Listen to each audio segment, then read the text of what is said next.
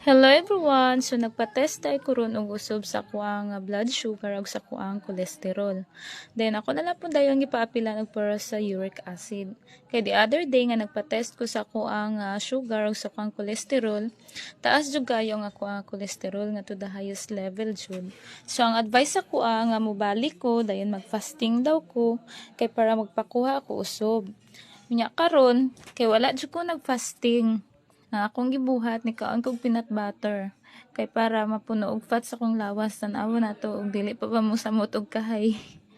Pero kabalo mo ang result gamay na gud siya, nahimo siya 200 kapin from 400 og ito kapin no kay high ma jud siya, very high. Dayon giusban ko ato nahimo og 395.